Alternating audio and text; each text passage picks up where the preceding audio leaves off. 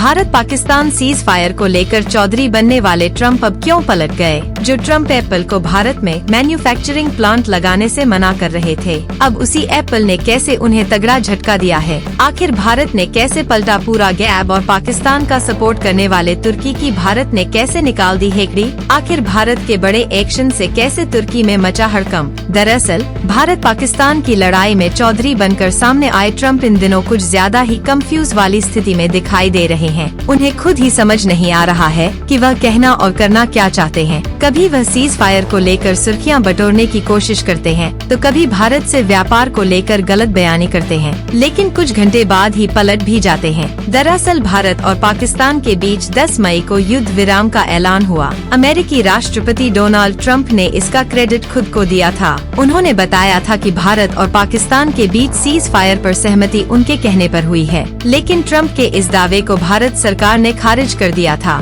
जिसके बाद ट्रंप की दुनिया में खूब किरकिरी भी हुई और अब ट्रंप ने भारत के व्यापार पर बुरी नजर लगाई है। उन्होंने एप्पल के सीईओ टिम कुक से कहा है कि वह भारत में आईफोन न बनाए, लेकिन अब एप्पल ने भी ट्रंप को बड़ा झटका दिया है। ट्रंप के बयान के बाद एप्पल की ओर से साफ कर दिया गया है कि वह भारत में अपने आईफोन का प्रोडक्शन जारी रखेगी। दरअसल एप्पल का भारत को लेकर बड़ा प्लान है। वह अगले साल के अंत तक भारत में भारी संख्या में आईफोन का प्रोडक्शन करना चाहती है। उधर ट्रंप सीज फायर वाले बयान से पलटी मारते हुए दिखाई दिए। दरअसल भारत और पाकिस्तान के बीच सीज फायर पर दावे करने वाले अमेरिकी राष्ट्रपति डोनाल्ड ट्रंप अपने बयान पर सफाई देते हुए दिखाई दिए। उन्होंने कहा कि भारत और पाकिस्तान में दुश्मनी बढ़ती जा रही थी, इसीलिए हमने सिर्फ समस्या को सुलझाने में मदद की है। ट्रंप ने कहा कि मैं यह नहीं कह रहा कि मैंने मध्यस्थता कराई, मैंने समस्या सुलझाने में मदद की। अब आप समझ सकते हैं कि ट्रंप कैसे पलटी मार नेता है, और यह भी सच सामने आ गया कि भारत के एक्शन से घबराकर खुद ही पाकिस्तान ने कैसे सीज फायर की गुहार लगाई थी।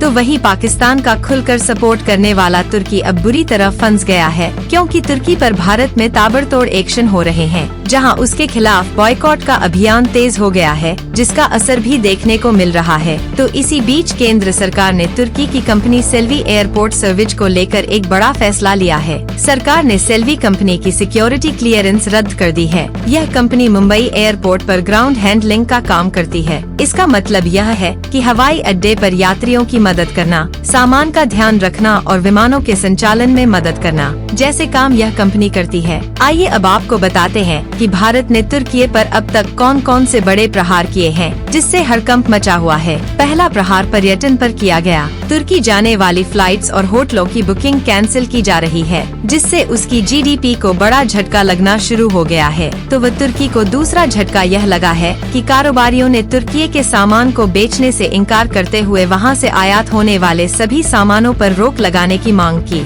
इसके अलावा तुर्की में होने वाली फिल्मों की शूटिंग को रोके जाने की तैयारी की जा रही है, जिससे तुर्की को बड़ा आर्थिक नुकसान होगा। इसके अलावा तुर्की की यूनिवर्सिटी से समझौता रद्द कर दिया गया। जेएनयू और जामिया मिलिया इस्लामिया ने तुर्की के सभी एजुकेशनल संस्थानों से हुए एमओयू को रद्द कर दिया है। और आखिरी प्रहार की बात करें तो तुर्कियों को आतंकवाद का साथ देने वाला देश घोषित करने की मांग हो रही है। कुल मिलाकर तुर्की को हर मोर्चे पर घेरना शुरू हो गया है, जिसका असर भी दिखना शुरू हो गया है। और रही चौधरी बनने वाले ट्रंप की बात, तो अब वह कैसे पलटते हुए दिखाई दे रहे हैं, उससे आप अनुमान लगा सकते हैं। अब तो खुद एप्पल ने ही उन्हें झटका दे दिया है।